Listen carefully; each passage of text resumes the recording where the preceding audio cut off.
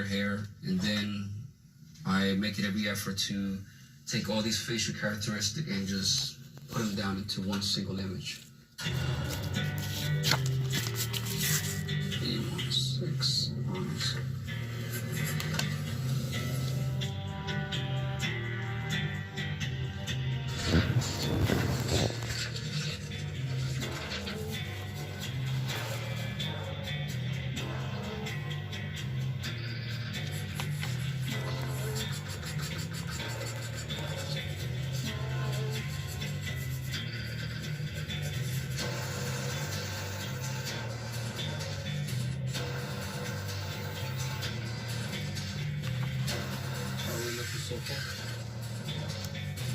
In the case of the Trenton killing, there was only a general description of the suspect, so a sketch was of no use. It all hinged on the one fingerprint. Sergeant Mendez's job at the Trenton Police Department carries a lot of responsibility. I'm the crime scene supervisor of the Trenton Police Department's crime scene unit.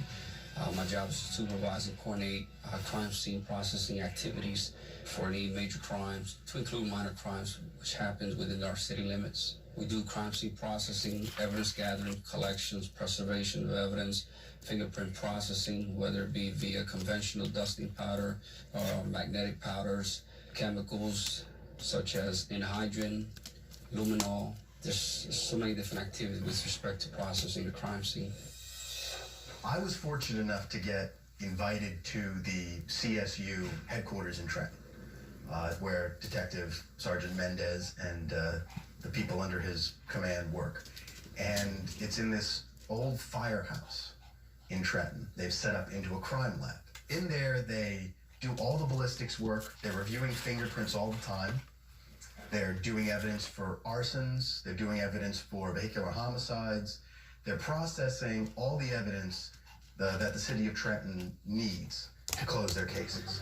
With such a demanding job, it's hard to maintain a typical workday schedule. You could spend anywhere between 10 up to 30 hours at a crime scene, especially given the nature of crime scene. For example, homicide, on average, they can run between 20 and 30 hours. What do you want? Typically, when we get called back for major crimes, it's somehow always after midnight, between midnight and 2 o'clock in the morning. I'm always on call. Police work is something Mendez was born to do. As a little kid, I remember in my family to this day, I was used to tell people, I'm going to grow up to be a cop and lock you up. That was always in my vocabulary.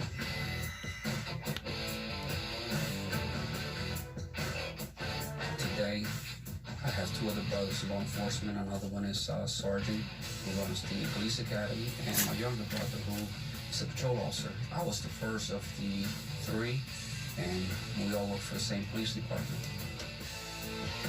Over the years, Sergeant Ivan Mendez has learned to be relentless in the pursuit of clues. But he tells of one case where his search for evidence did not lead where he expected. We had a call for this particular assignment where the neighbor did not see his neighbor for several days. She did notice that there were numerous newspapers up front, and this individual always picked up his newspaper. So we were called out. Naturally, I assisted, and I ended up gaining access to the apartment through a second-floor window. Within my first couple of years in the job, I was given, by the people on the street, I was given a nickname, Spider-Man.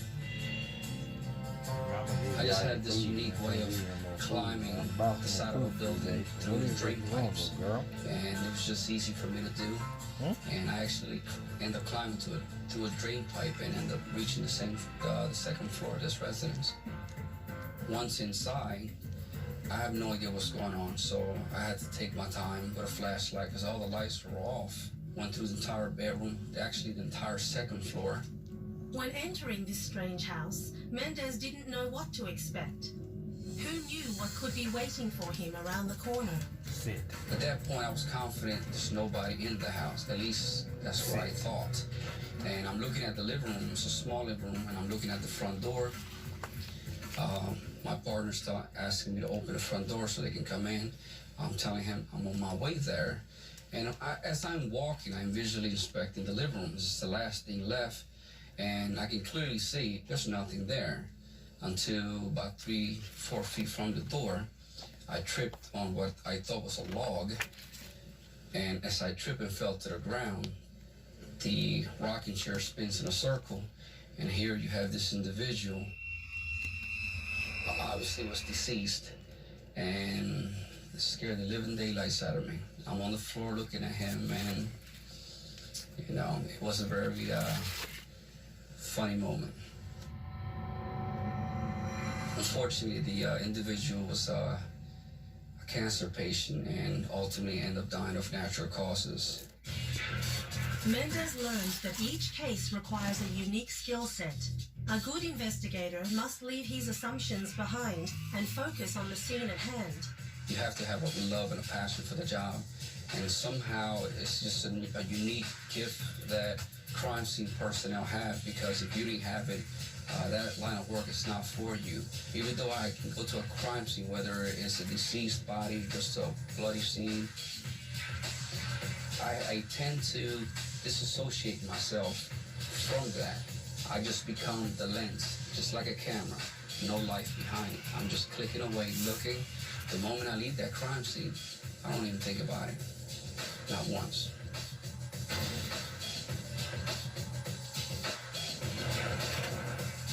But remaining detached isn't easy when you discover the victim you're investigating is a relative. This particular case, I was called out. When I got to the scene, I was briefed.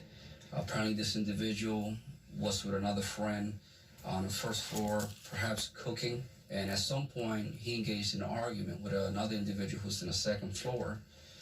This individual had came downstairs and they engaged in this argument. During the course of this argument, this individual shot another individual.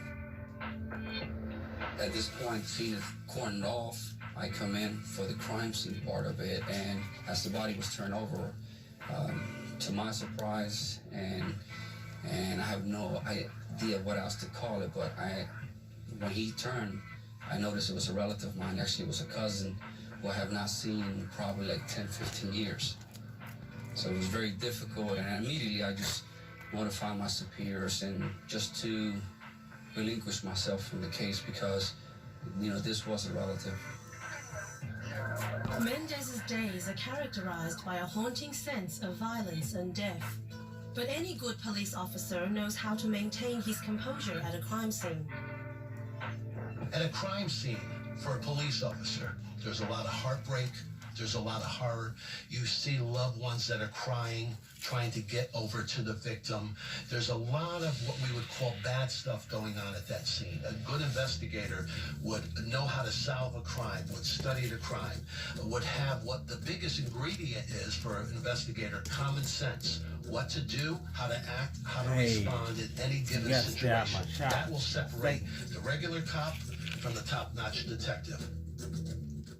A minister gunned down. Now, a New Hampshire man stands trial for murder. Court TV cameras are taking you inside the courtroom for every dramatic moment.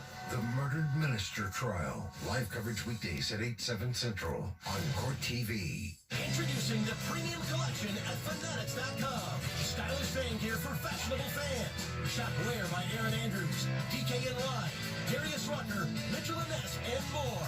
Fanatics.com. Officially licensed everything. At DriveTime.com, we've been hard at work. And we finally did it. Did you make it so I can finally see my real payments and shop at thousands of cars with no hit to my credit? Wait. Yes! Shop for cars online with no credit hit. Go to DriveTime.com and get approved with no credit hit. That's how you shop with insurance. The unexpected can happen to any of us.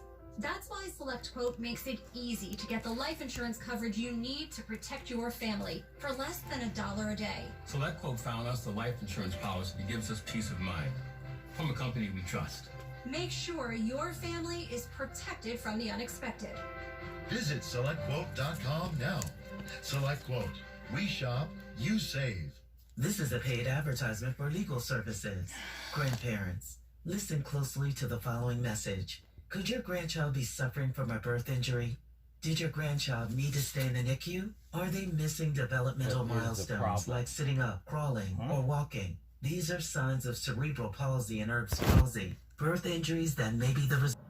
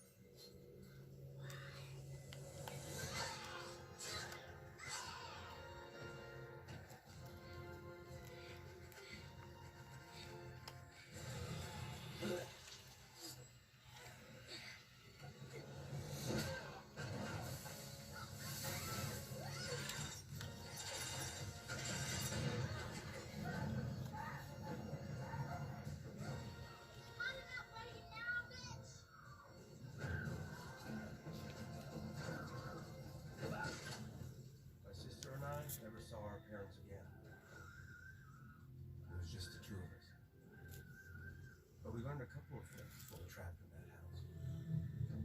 One, you ever walk into a house made of candy? And two, if you're gonna kill a witch, set her ass on fire.